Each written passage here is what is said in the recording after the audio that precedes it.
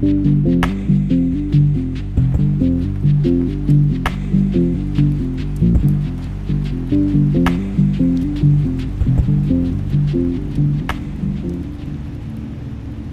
evening. Before tonight's story, please make sure to like and subscribe.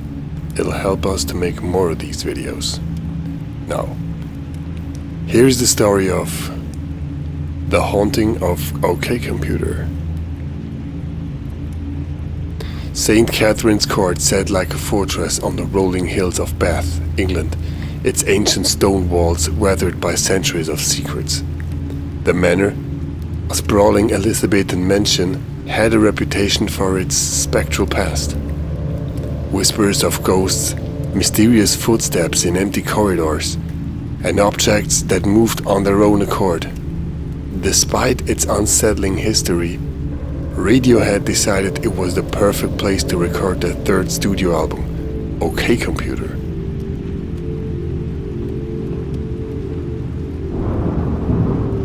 The band arrived in late 1996, setting up their equipment in the grand ballroom, whose vaulted ceilings and stone floors provided perfect acoustics. For Thom Yorke, the house's isolated location and haunting beauty felt oddly fitting for the themes of alienation and technology he'd been exploring in his lyrics. "This place has a presence," Yorke remarked to guitarist Jonny Greenwood as they unpacked. "Like it's waiting for something." The first night. The strangeness began almost immediately. On the first night, the band stayed up late, arranging their gear and testing out the acoustics. Colin Greenwood, the bassist, noticed a peculiar chill in the air, even though the ballroom was warmed by a roaring fire. "It feels like someone standing right behind me," he muttered, and Yorke laughed it off. "Maybe it's a fan from beyond the grave," he joked. But as the band retired for the night, each of them found it difficult to sleep. Yorke, staying in one of the larger guest bedrooms, heard the faint sound of music drifting through the halls. At first, he thought it was Jonny playing his guitar, but the melody was off, discordant, almost mechanical.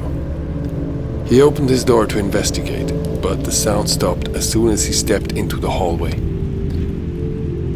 The next morning, drummer Phil Selway shared a similar story. "I swear I heard a woman's voice last night," he said over breakfast. "She was singing, but it wasn't English."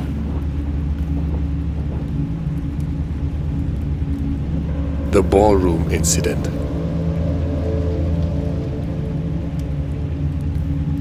A few days into recording, the band began working on Karma Police. As they played back the track for the first time, the mixing console abruptly cut out. Nigel Goodrich, the producer, checked the equipment but couldn't find anything wrong. "It's like something doesn't want us to hear this song," he said, only half joking. During the same session, Jonny Greenwood saw something that made his blood run cold. As he adjusted his guitar pedals near the edge of the room, he caught a glimpse of a movement in the corner of his eye. Looking up, he saw a shadowy figure standing in the doorway to the adjoining hall. The figure didn't move, didn't make a sound. It simply stood there, watching. "Did anyone else see that?" he asked, his voice trembling. The others shook their heads, but Yorke noticed the color draining from Jonny's face. "You all right?" Yeah, I'm fine," Jonny replied, though his eyes kept darting back to the doorway.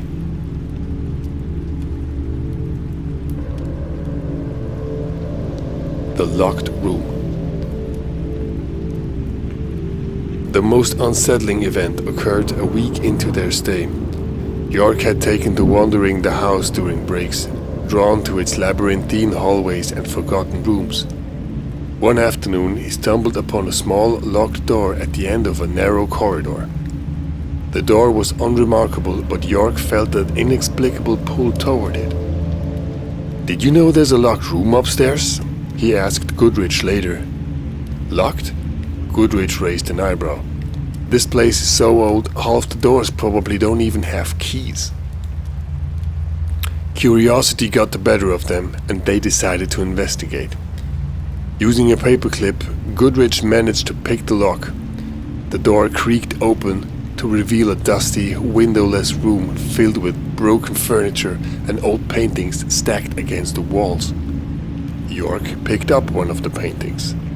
A faded portrait of a woman in a long, dark dress.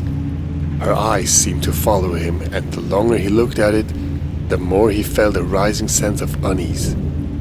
He put it down and turned to leave, but as they closed the door behind them, both men heard a faint, rhythmic tapping from inside the room. Ghosts in the machines. As the days wore on, the band began to notice strange glitches in their recordings. Tracks would sometimes play back distorted, with ghostly whispers layered beneath the music. In one particular unsettling instance, the tape for Climbing Up the Walls captured what sounded like a distant scream. "It's just interference," Goodrich insisted, though he didn't sound convinced. York, however, embraced the strange occurrence. "Maybe it's part of the album," he said, grinning. "A collaboration with the spirits of St. Catherine's."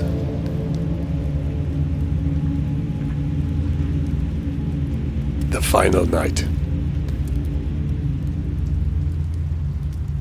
On their last night in the mansion, the band gathered in the ballroom for one final listen to the album. The fire crackled, casting long shadows across the walls. As the final notes of The Tourist faded, the room fell silent. And then they heard it. A single echoing footstep, followed by another. The sound came from above, though no one had been upstairs for hours. "Did you hear that?" Selway whispered. They all nodded, too afraid to speak.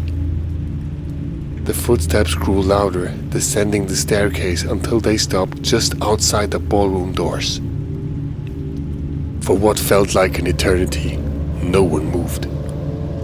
Then, as suddenly as they had started, the footsteps stopped, leaving only the crackling of the fire and the hum of the tape recorder. The band left St. Catherine's Court the next morning, relieved to put the haunted house behind them. But the mansion had left its mark on OK Computer, imbuing the album with an otherworldly quality that critics and fans would later describe as haunting and timeless. Years later, York would reflect on the experience with a wry smile. "It felt like we weren't alone in that house," he said in an interview. "And maybe that's why the album turned out the way it did. The ghosts had something to say, and we were just the messengers." I hope you enjoyed tonight's story. For more stories like this, like and subscribe. Thank you.